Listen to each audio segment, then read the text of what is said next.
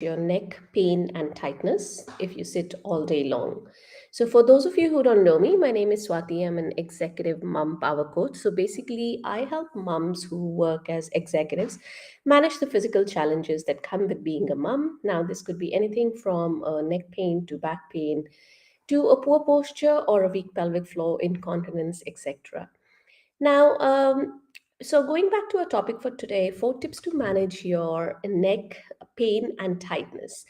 Now, most of us who sit all day long, which is a majority of us, whether it is while you are at work, in your meetings, at your desk, doing your emails or your regular work, or if you are driving your kids to and fro classes, or if you're sitting down just watching a movie with your kids and you are sitting in a static posture for a certain amount of time, then probably you might have experienced neck pain and stiffness at some or the other time. So here are 4 simple tips that you can implement today and actually implement right now and see if you get relief from your pain and stiffness in your neck. So, usually when we are at work or at home, most of our activities are in front of our body, right? So even if you're cooking, chopping, everything is in front of your body, so we tend to look down a lot. So when that happens, there is a lot of stress around your neck and shoulder area here, and then those stresses build up. So what happens is these muscles, they cannot stay in their natural or their neutral positions. So basically my head, instead of being balanced on my shoulders like this, is constantly looking down.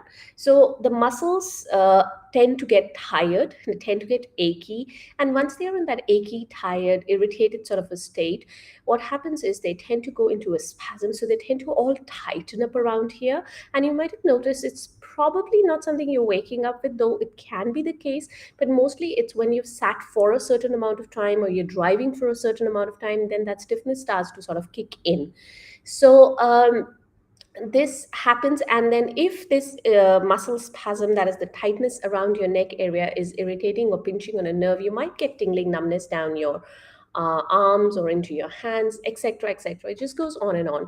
So let's quickly get to the solution, that is the 4 tips I was talking about. So the first thing is, when you are driving, okay, so not many people talk about when you're driving, what should your position be. So sitting in your car is very similar to when you're sitting at your desk or your chair. So you don't want to sit too back or too low. You basically want to sit at a height where your knees are bent to about 90 degrees or more. So you don't want to be like slouching back like in a bucket seat. You want to be sitting like you'd be sitting in a chair, right? So you can actually see the traffic and you don't have to like strain your neck forwards like this to look at the traffic. So that's one thing.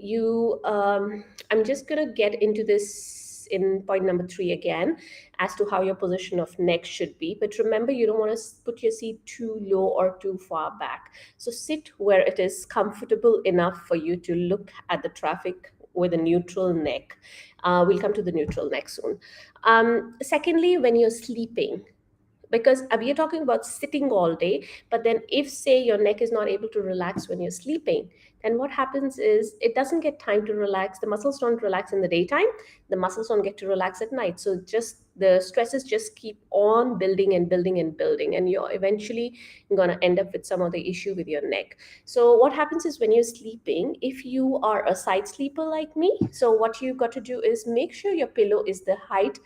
So if you see the tip of my shoulder here to the tip of my earlobe, so my pillow should be about this thick.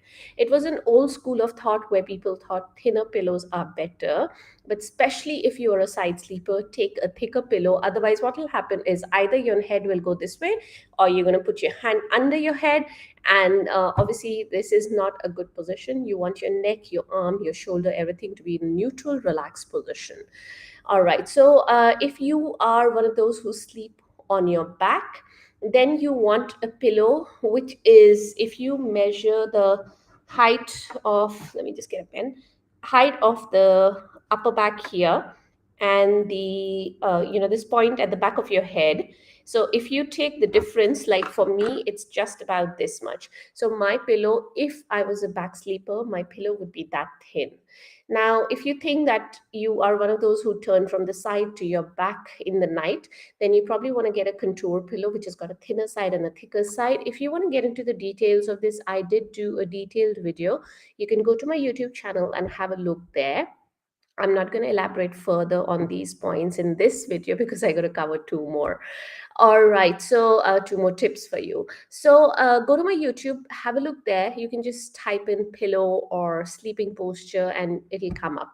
If you like what you see, then you can always like and subscribe for more videos. So tip number 3 is, if say you are sitting at your desk all day long and you've been looking down, it is only common sense that you probably want to look up. But just looking up is just going to help relax your muscles. But what is the neutral position that I spoke about in point number 1? What is the neutral position for your neck? So what I want you to do is, I'll show you sideways. So you want to take a pen, and this, if this is horizontal gaze here, you want to move this pen about 5 to 10 degrees lower than your horizontal gaze. And if you look at my neck here, this is, I'm looking at a point in front of my eyeballs, in front of my eyes. And this is 5 to 10 degrees lower than that horizontal gaze. So if this is horizontal, this is about 5 to 10 degrees lower. So what I'll do is I'll drop a graphic, a picture down below in the description of this video, so you would be able to see what I'm talking about. So basically what you do is, if this is your horizontal gaze, you want to bring your gaze down by 5 to 10 degrees. This sets your cervical spine in a neutral position. Some people also call this a chin nod or a chin tuck. So you don't need to do any aggressive movements like you'd see some people do this to their neck. There's a lot of stress on your cervical spine when you do this sort of an aggressive movement. So you just want to bring your gaze to horizontal and just look down. That's all. Now, that is also something you want to do when you're driving, when you're looking at your screen, when you are watching TV, whatever you're doing, just constantly keep reminding yourself, is my neck in neutral? And then put your chin down by 5 to 10 degrees. All right. So point number 4 is, now it's basically an extension of the previous point that I told you. So if, for example, I am looking at, say, this book here. So I'm looking at this book. This is the top of the book. So this is my horizontal gaze. I'm going to hold the book about here. You might have seen a lot of people look down into their mobile phones whenever they're looking at their phones. So the best thing to do is, if you have a notebook or a book or a phone, you don't want to hold it here. You want to hold it in front of your horizontal gaze, in front of this level that's about 5 to 10 degrees below your horizontal gaze.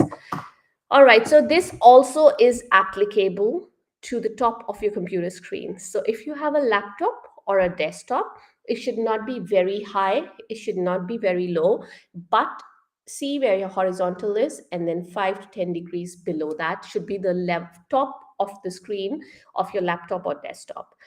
All right, so those are the 4 points that I wanted to discuss with you. If there's anything that's not clear, please do ask me. I will be more than happy to answer your questions. And if you want to know more about such simple postural corrections that you can implement in your everyday life, you can join my free community. I will leave a link in the description below. And for those of you who are watching me on Instagram, you can go to my bio and click on it, and you would come to a page that will show you my community. You can join from there. Alrighty, I hope